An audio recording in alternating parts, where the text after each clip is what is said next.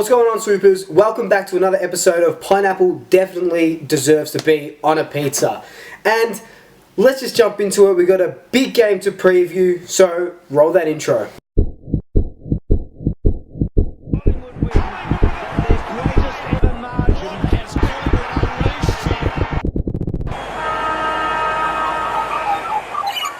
A huge clash coming up on Saturday, Arvo, 4:45. Collingwood versus the GWS Giants for a spot in that glorious grand final. Oh, jeez, it is.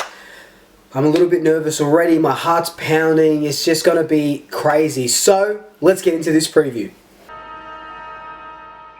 Alright, so the last time we met, cast your minds back to round 18. I know you haven't forgotten this game. The Giants came out and smashed us in that first quarter, kicked 8 unanswered goals, and it was just, we were just shell-shocked. I'm still shell-shocked thinking about how we let them do that to us. You know, it's just, for some reason, well, not some reason, we were really undermanned in that back line. They just came out, knew exactly what they wanted to do, and they were unforgiving. But in saying that, the next 3 quarters, we matched it with them. The second quarter we won, the third quarter we won, and the last quarter they kicked 6, we kicked 4 goals. And the losing margin, 47 points, and it was pretty much what they kicked in that first quarter with 8 goals too. When you're looking back at this game, our backline, yes, it had Roughhead, yes, it had Howe, but like I said previously, we were undermanned. Appleby tried to play tall on Finlayson. We had Quaynor playing his second or third game. We weren't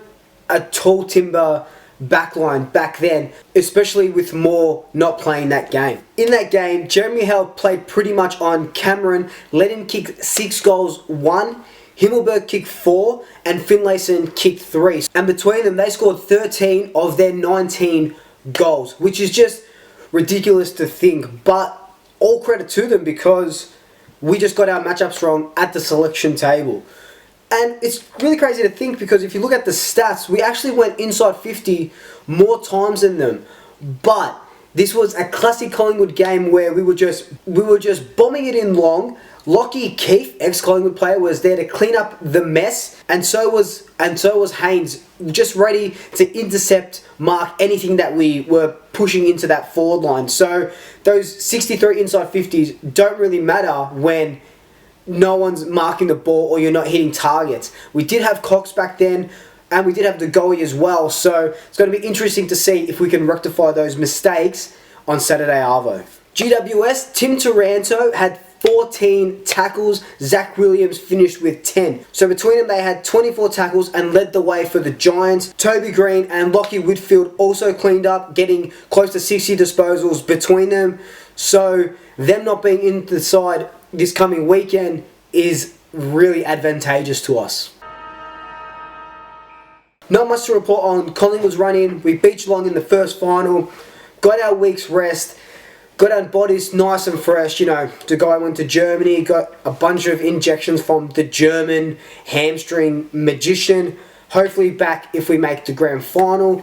But on the other hand, the Giants had their work cut out for them when they went up to the Gabba. They kicked the opening 4 goals, and I was watching the game and going, Jesus, this is going to be crazy. I didn't think the Giants were going to beat the Lions. I thought we were going to verse the Lions this week. But the Giants really stuck it to the Lions in the first quarter, and the Lions just clawed themselves back, you know, as the Kings of the Jungle does. But it was neck and neck all the way through. It was crazy. It was a crazy, bashful, hard, intense game up until the final siren. There was 10 lead changes, and the last lead change coming when Brett Daniels kicked one from 25 metres out, gave the Giants the lead, and they went on to win by 3 points. The most influential player for the Giants was Toby Greene. Over 500 metres gained, 30 disposals, 5 clearances, 2 goals and 5 inside 50s. One of his better games, he went at 50% disposal efficiency, so effectively only had 15 good disposals, but he was still the guy that led them to victory and, you know, punched Lachie Neale in the face, and now he's not playing on the weekend.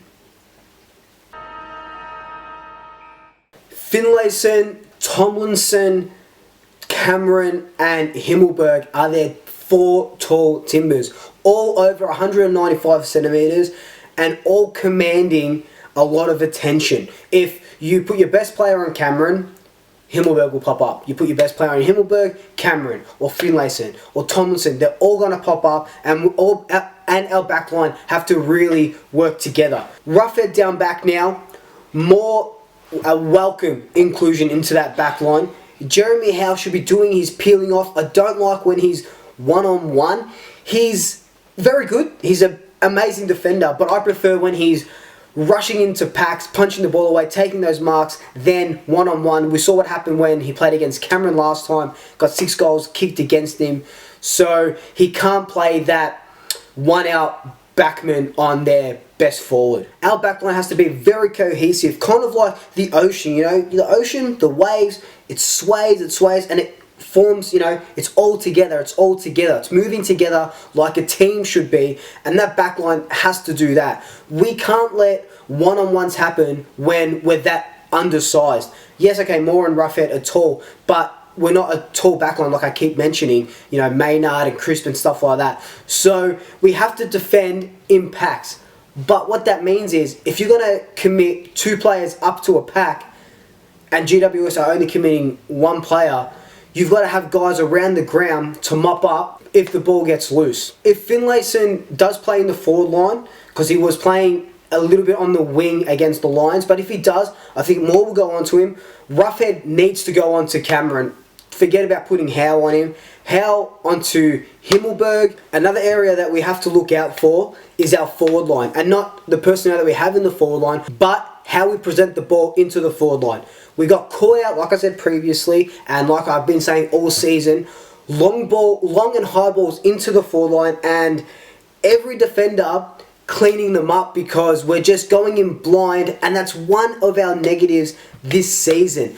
We have been getting better at it these last 5 or 6 weeks. You look at the Gold Coast game, the Melbourne game, we did it really well against Adelaide, kind of dropped off a little bit against Essendon, but did it well against Geelong. What I'm talking about is you have to kick to a leading target.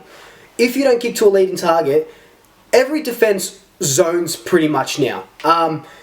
Don't kick to a leading target. Phil Davis is there to mark a ball that is going to drop short or going to drop into a hole. We don't have Cox to contest those high balls, but I do have an idea of who can come in to fix that up. I'll talk about it in the next segment.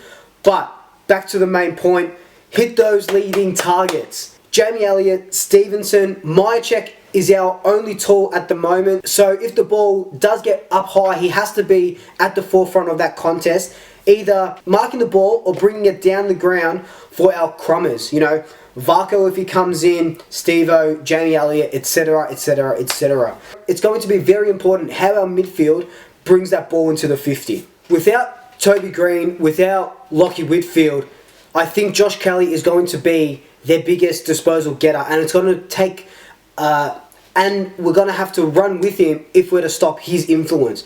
Maybe we do what Adam Treloar did with Lockie Neal, one-on-one. Treloar gathers his own football, but he also looks after Josh Kelly. Or Pendlebury kind of works as that tagger. You can remember what he did to Cripps, really shut him out of the team but collected his own ball. Maybe that's what Buckley and the coaching staff do. Put him on Kelly, take him out of the game, but also have that influence. Another matchup that I want to see is Myercheck, and I think he will get Phil Davis. Why I want to see this is because I want Myercheck to take Phil Davis out of the entire game. Bring him up the ground if you have to. Kind of make him accountable like we do McGovern when we play the Eagles now. If that means putting Chris Mayne as a half forward or putting, you know, Myercheck out of the game just so Phil Davis can get dragged with him, please do that. What that means is Phil Davis isn't there to get those high balls if we do kick him high and long into that 50. So, Aish for Greenwood. Apparently Aish has been training really well, recovered from that shoulder injury he sustained, ironically, during that GWS game, will fill into Greenwood's pocket easily enough. Reed for Jordan De Goey.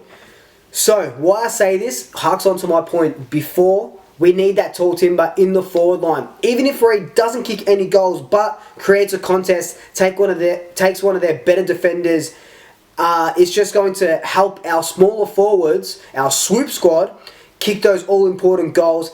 And let's give Ben Reid another roll of the dice. If he gets injured, he gets injured. It was bound to happen. But if he doesn't, he is such a great player, can kick goals, can kick important goals, and provides another option going forward. So it's going to be a really hard-fought game. It's going to be a hard-fought victory. But when you think about it, the Giants did exactly that same thing last week. They went in front, they lost the lead, changed 10 times. I think the Giants will be out on their legs. We're going to win. We're going to make the grand final. We're going to win by 27 points. My big call is going to be that Reid plays, kicks 3, Stevenson kicks 4. Let me just tell you, I have just been taking deep breaths all week. I'm going to be taking them for the next couple of days, especially when Geelong and Richmond play, because we're going to potentially see, if we make the grand final, who we will be playing. And it's just, I can feel my heart beating faster. This is how nervous I was going into the Tigers game last year. I hope we can replicate that. Whatever happens, we'll be there side by side. Let's hope for the victory. Let's get up. Oh man, I am so nervous. But let's put on a brave face, get that confidence going. Let me know in the comments below if you have any key areas or key matchups that you think we should be looking at and would be a benefit to the team. Alright, so this has been my preview of the huge preliminary final clash.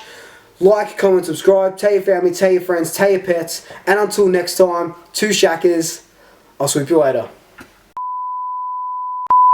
What's going on, swoopers? Welcome back to another episode of Pineapple.